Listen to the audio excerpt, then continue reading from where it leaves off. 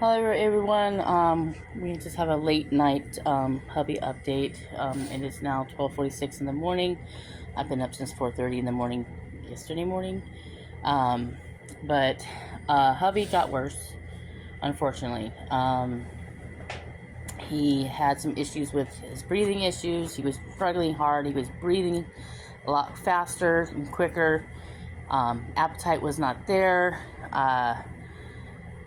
He's been having sweats, you name it. So I called the nurse tonight because his oxygen, we tried the BiPAP machine and it still won't blow up hot air for him. So it was too cold, and it just kept to where not even a minute, he said, take it off. And his oxygen dropped down to even 50, in the 50s range. And so he was pushing out more air, like, he would get short breaths in, but pushing hard, and his stomach would be doing most of the moving instead of his chest.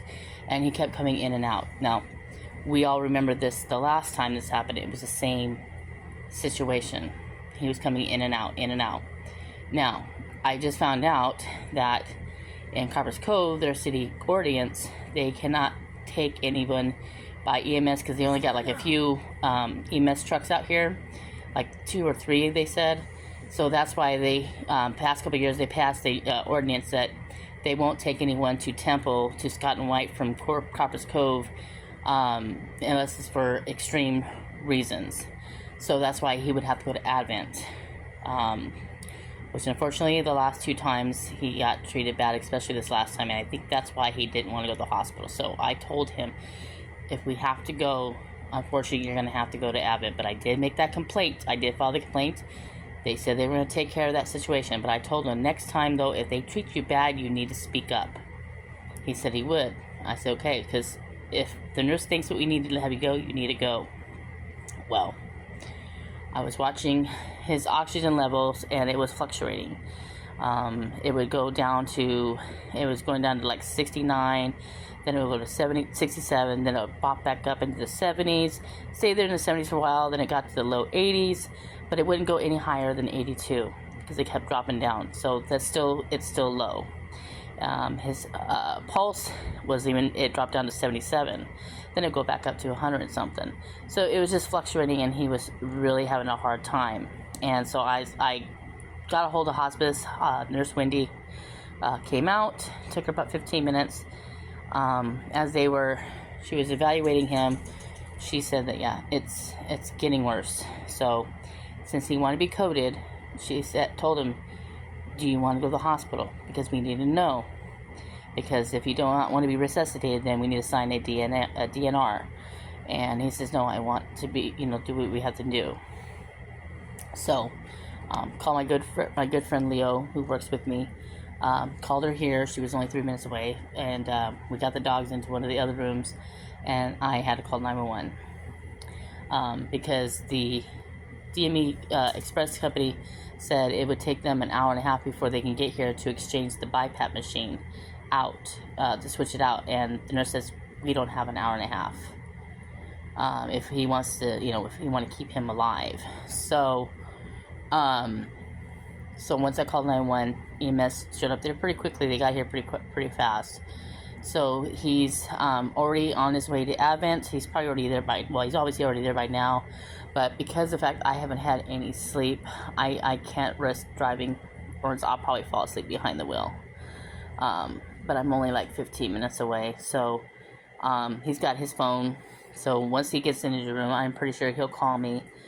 Or he'll have somebody at the hospital call me and let us know what's going on. But I have a really cool boss. He's already told me I don't need to worry about opening up the lobby, because my friend Leo is going to be the one that will open it up for us, so I don't have to come in there and then just focus on going to see Jason. So, he's concerned about him too. So I have a really good work family who's very supportive, and I'm very thankful for that.